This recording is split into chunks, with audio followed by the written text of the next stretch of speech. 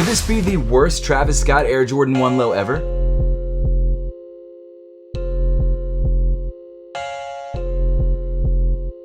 So I grabbed this shoe very early. I think it drops around December. And it's apparently the last Travis Scott Air Jordan 1 low that we're getting for the year, which would make sense. We've already gotten two. We've gotten the Canaries and we've gotten the medium olives. And this is going to be the third colorway. And I guess it's no surprise at this point, but the box is the same box that we had on all of the other Travis Scott Air Jordan 1 lows that dropped this year. The Canaries and the medium olives, which we actually just reviewed on the channel if you guys want to check that out. Link at the top of the screen. But out of all those Travis Scotts that have dropped this year, this is actually the only colorway which sort of matches the box. The box comes in this glossy sail or off-white or cream color, whatever you want to call it. And then you've got this dark brown Nike logo, which is actually a matte or a satin finish. And you have that same logo on all the sides of the box.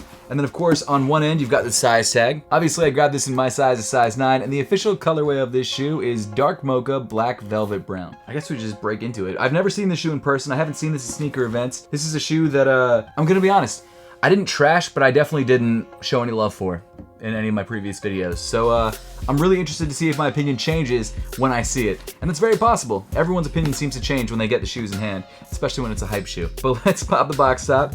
But first, I want to give a huge thank you to the sponsor of today's video, POIZON. Click the link in the bio below to get a free legit check on POIZON, and also make sure to use code AUTH, AUTH, to get up to $10 off your next purchase on POIZON. POIZON is a marketplace for sneakers, designer goods, and really anything that you need to get fresh. When you order from POIZON, you get verified legit products, premium packaging, and over 400 brands of products and categories to choose from. But my favorite thing about POIZON is that they offer free legit checks. Now I'm gonna use POIZON to verify this pair of Travis Scott Air Jordan 1 lows, and I know you're gonna love this handy feature too. The process is free and easy. Select the brand that you want to legit check and upload necessary photos. Results come out as fast as 3 minutes with 24-hour service, so you can get results whenever you want. POIZON authentication supports over 300 brands and 11 categories, and they use AI and human experts to guarantee accuracy. So make sure to check out POIZON by clicking the link in the bio below for a free legit check, and use code AUTH, AUTH, for up to $10 off of your next purchase on POIZON. Moment of truth. All right. Okay. All right. I mean, they do smell good. I'll give them that. They smell great. They smell really, really good. So it looks like we've got two sets of laces inside the box, pink laces and brown laces.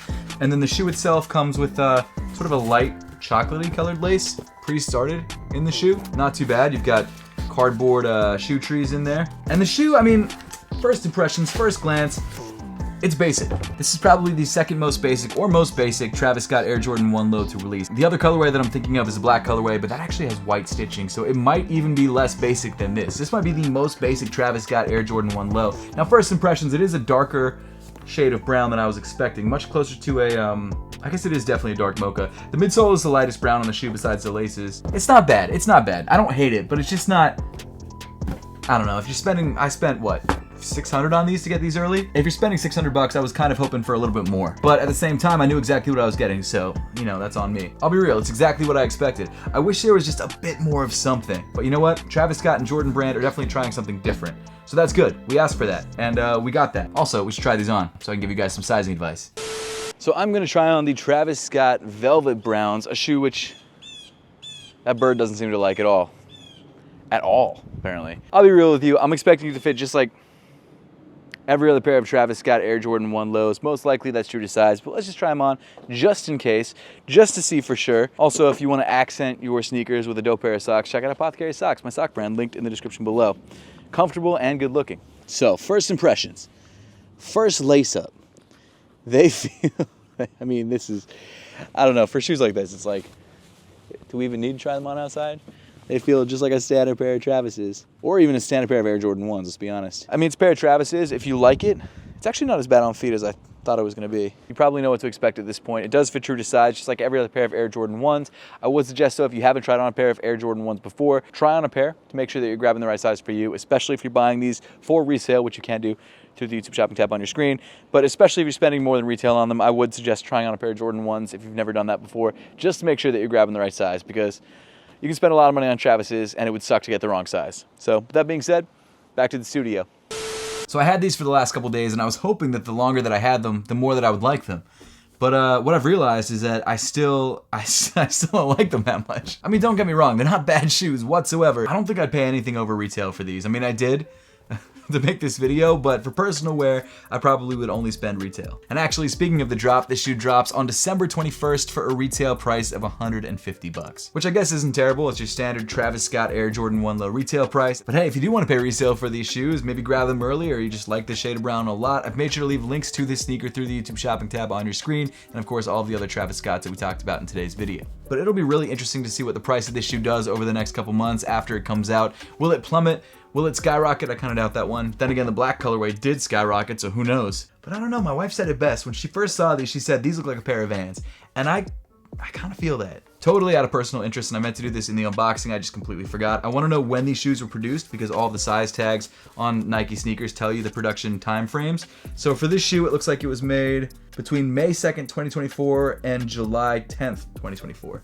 And I think that's all of the Travis Scott Air Jordan 1 Lows of this colorway were made in that production time frame. There's no exact dates for this particular sneaker, but that's the production run of this colorway. So not too long ago, but like most Nike sneakers, they get made and then they sit in a warehouse for a couple months, and that seems like the case for this pair. And for whatever reason, Jordan brand sneakers and Nike sneakers have been very easy to get early. Like I've gotten all of the Travis Scotts early this year. I've gotten all of the big Air Jordan releases early this year.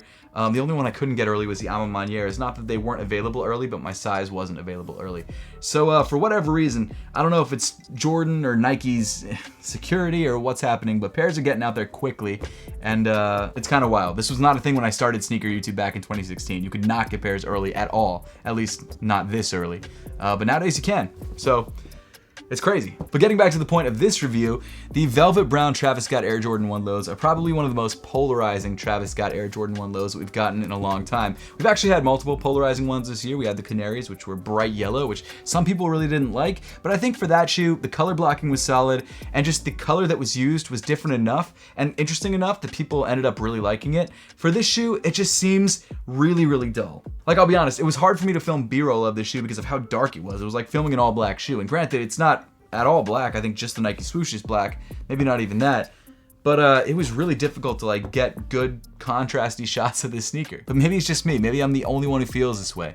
I actually do have a friend who's really into Travis Scott sneakers and is looking to grab a new pair of Travis Scott Air Jordan 1 Lows, and I kind of want to ask his opinion. Yo, Joe. Hey, what's going on, man? What do you think about these? These are the Travises that just dropped last week. I got the colors on too, damn. Woo! Yeah, that's nice. What would you give them out of 10? White. Like an 8 out of 10 because I would love this to be white. Right. I never understand why they go off-white with the soles anymore. So what do you feel about these compared to the ones that it released in December? Ooh.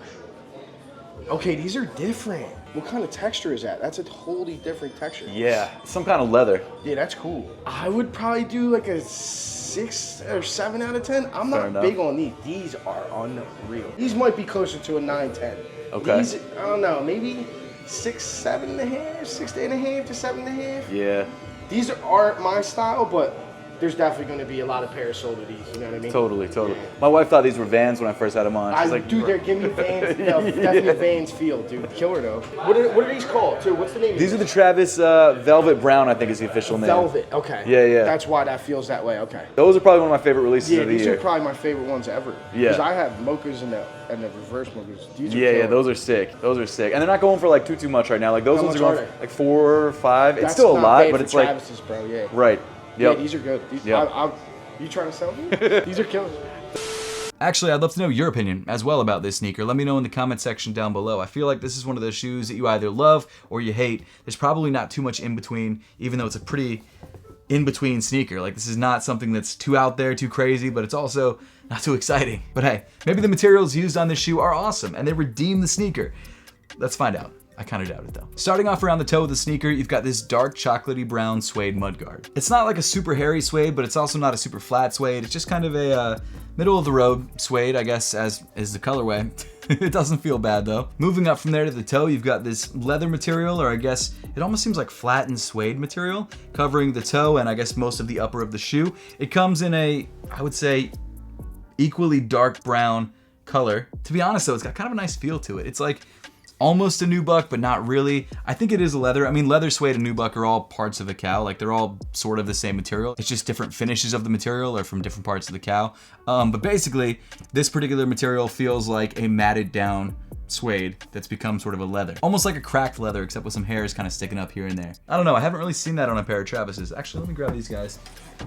What do these have? It looks like the medium olives are just kind of a standard nubuck. Nothing special there, although it does feel nice. This is just like a completely new material for Travis Scott's, at least from what I could tell. Continuing up on the shoe to the eye stay, you've got more of that dark brown suede material, and then weaving through the eyelets, as we talked about earlier on in the video, you've got this lighter brown flat lace, which actually has a little bit of a wax finish to it. Like I said before, you do get two other lace options. I think my favorite of the two is the pink laces, and if I did end up keeping these, which like I said, I probably won't, I would probably switch to the pink laces to add some contrast to the shoe. I also really like pink laces with brown shoes for whatever reason, but the ones that I've got in the shoe are the ones that are pre-started in the shoe. They sort of like milky chocolate or coffee brown colored ones, and that's generally the ones that I think Jordan Brand recommends, is the one, or not recommends, but those are the ones that like they have in mind when they sell you a shoe, is the one that they have pre-started, and they're fine. I guess there is a little bit of contrast with this like slightly lighter shade of brown, but I don't know, I think the pink would look better. Underneath the laces, you've got a dark brown nylon tongue, and of course on the lateral side, like all other Travis Scott Air Jordan 1s, you've got your Cactus Jack patch, and then you've also got your Nike Air patch covering over the top of the tongue. Moving inside the sneaker, you've got more dark brown, as you probably could have guessed, on the sock liner of the shoe. And then the insole also comes in dark brown. The left insole comes with the Jumpman on the heel and your Cactus Jack branding in black. And then the right shoe has Travis Scott sort of printed backwards in these white boxes. It's actually the same exact graphic that you had on the medium olives, except in brown instead of medium olive. Again, when it comes to sizing, these do fit true to size, so that's what I recommend to you if you decide to pick up a pair of these, again, through the YouTube shopping tab on your screen or dropping on December 21st. Then moving back on the sneaker to the midfoot, you've got more of that very dark brown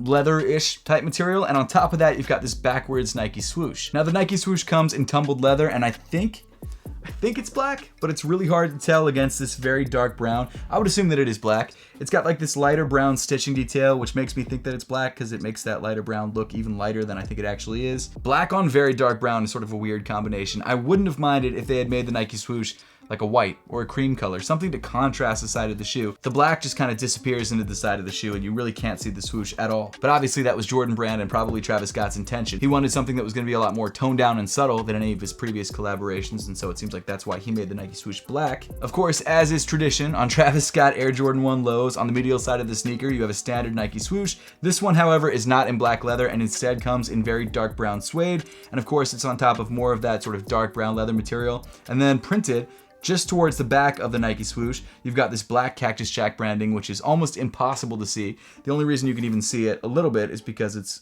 somewhat glossy and it kind of reflects in the light, but that's really the only way you can see it. I'm actually kind of surprised they didn't do it in a red like they did on the medium olives, which would have stood out a little bit more, but hey, you know what, it is what it is. And then finally, moving around to the heel of both of these shoes, you've got more dark brown suede, and then embroidered towards the top of the ankle. On the left shoe, you've got the Jumpman face logo, and then on the right shoe, you've got the Wings logo, both embroidered in black and both very difficult to see. Then we move down on the sneaker to a pretty interesting detail, and that is sort of this chocolate brown midsole, which is actually lighter than the top half of the shoe. The stitching on the midsole is either a very dark brown or a black, which does actually provide some contrast. And then finally, moving to the bottom of the shoe, you've got this very dark brown rubber outsole. So this shoe is absolutely a sleeper fit sneaker. This is the kind of shoe that you throw on when you don't want other people to know that you're wearing Travis's, but you know that you're wearing Travis's and you're like, yeah, I'm fresh.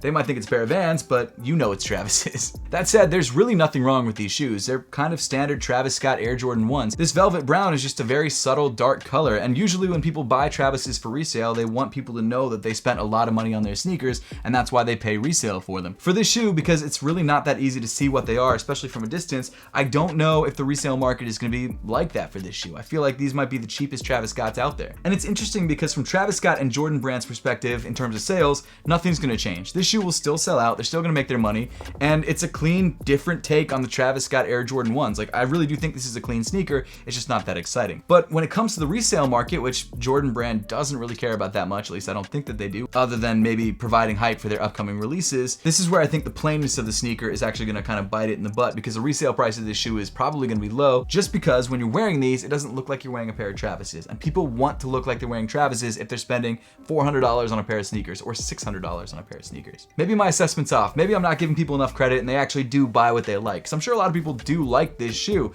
but hypebeasts probably aren't going to be into it because, I mean, looks like a pair of Vans. Now, from a personal perspective, yes, there is definitely some hypebeast thoughts in there. Yes, if I'm spending that much money on a pair of sneakers, I do want it to look like a pair of Travis's. But I do overall think it's fine. It's relatively clean. It's not a bad looking sneaker.